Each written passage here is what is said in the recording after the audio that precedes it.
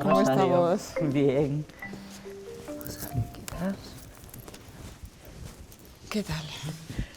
Bueno, pues yo quería preguntarte, tú que estás mucho más en relación y en contacto con los pacientes, ¿nos podrías explicar qué es la COVID persistente y por qué aparece? Bueno, pues la verdad es que la COVID persistente es un gran problema de salud pública derivado de la pandemia que estamos viviendo, ¿no? Al final hemos visto que hay personas que tras superar la fase aguda de infección por el coronavirus, su clínica no desaparece o incluso vuelve a reaparecer, ¿no? Son gente que incluso aquellos contagiados desde la primera ola llevan casi 2 años y no han recuperado todavía su salud. Tienen una afectación multiorgánica y al final está afectado no solamente la salud, sino su vida social y familiar, ¿no? Incluso en la vertiente laboral. Este proceso puede afectar al menos a un 10% de los contagiados, quiere decir que al menos disponemos de 1 millón de personas que están afectadas por la COVID persistente en España, 13 millones en Europa y 36 millones a nivel mundial. Y eso es muy importante tenerlo en cuenta, ¿no? Sí, porque además hay síntomas de muy distinto tipo. Es una enfermedad multiorgánica, realmente es un síndrome multiorgánico, y desde lo que aparece a nivel del sistema respiratorio, que tienen dificultades para respirar, disnea, cansancio, aparecen imágenes radiográficas todavía compatibles con COVID que no desaparecen, personas que tienen problemas neurológicos, en los anteriores es un 80% de los que han tenido COVID grave. Entre los que tienen problemas neurológicos hay un deterioro cognitivo, un empeoramiento de aquellos que tienen enfermedades neurodegenerativas y ya alcanza casi un 40% de los que han tenido COVID persistente. Y bueno, y encima la mezcla, ¿no? Aquellos que han tenido secuelas de la fase aguda que también tienen persistencia de síntomas, ¿no? Estos perfiles son muy importantes, ¿no? Sí, yo creo que claramente hay que invertir en investigación epidemiológica, clínica, biológica para hacer todo esto. Entonces es algo que es importante y que hay que avanzar en ello, claro. Si queremos Ahí conocer está más. nuestra asignatura pendiente. Sí, eso es. Rosario, ¿qué progresos crees que se han logrado en la investigación de la COVID persistente?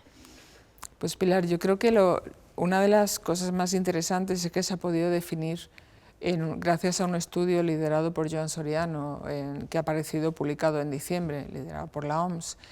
Es un estudio global que se ha hecho con un cuestionario a pacientes COVID que han tenido la enfermedad de COVID-19 y que engloba una serie de características que tiene esta enfermedad y que sufren todos ellos. Y en general son síntomas que aparecen 2 o 3 meses después de salir del hospital de estos pacientes, que pueden reaparecer, pueden ser o no persistentes.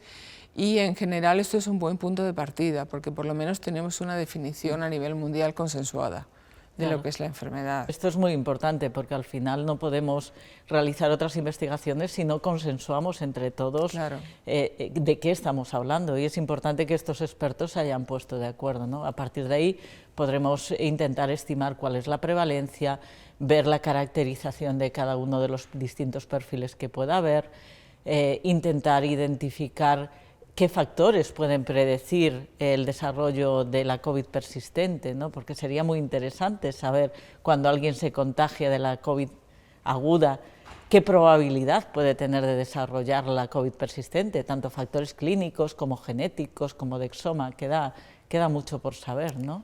¿Y qué puede haber detrás de ello? Entonces hacen falta investigación a nivel clínico básico, que implique que puedas clínicamente seguir a estos pacientes, como tú comentas, desarrollar herramientas para poder predecir esto, cómo ocurre y cuál es el estado de gravedad de cada uno, y luego ver cuál es el impacto para el Sistema Nacional de Salud de todo esto que puede tener y que puede representar para ello, para poder realmente mejorar la atención para estos pacientes. Yo creo que eso es básico. Claro, es que es muy importante intentar indagar qué etiología subyace detrás de la COVID persistente, ¿no?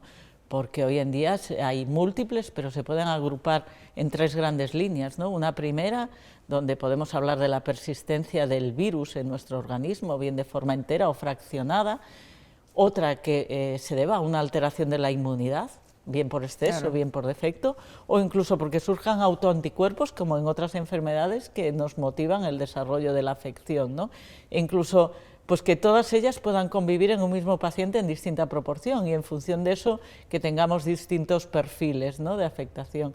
La verdad es que falta mucho por saber y es muy importante seguir investigando en este terreno. Tal como comentas, yo creo que es algo muy importante ver cómo esto impacta en el Sistema Nacional de Salud y adelante hay que seguir investigando.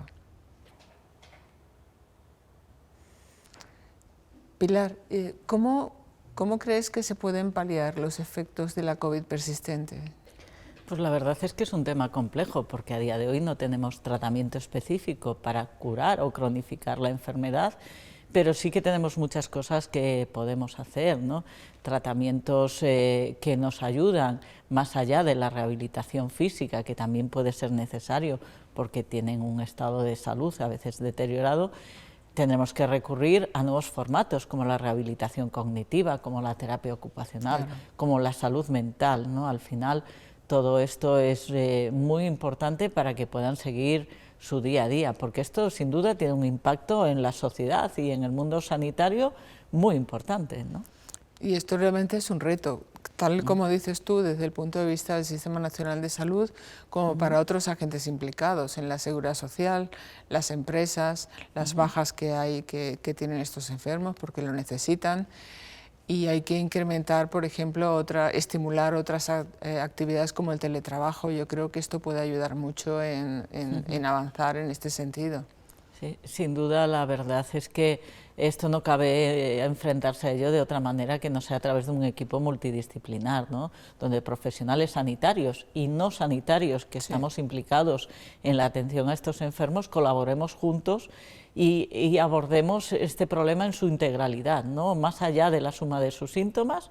Son pacientes con una afectación compleja y multiorgánica. Sí. Tenemos que intentar coordinarnos, tenemos que intentar hacer protocolos claros, homogéneos, que respalden un poco la equidad en el acceso de estos pacientes al sistema y la accesibilidad que tienen y que les garanticemos una atención más adecuada a sus necesidades, ¿no? Y de todas maneras, creo que lo que hay que hacer es la recomendación para poder tener menos incidencia y menos aparición de esta secuela de COVID persistente es seguir con la línea de prevención, vacunarnos, uso de la mascarilla, ventilación de los espacios y distancia personal. Yo creo que es la única manera de evitar y paliar y que no vuelva, porque sigue apareciendo COVID persistente en los pacientes infectados. Claro, totalmente, esto no ha desaparecido, tenemos que afrontarlo con responsabilidad, ¿no?, e intentar que el miedo no nos invada, pero sí que la responsabilidad de cada uno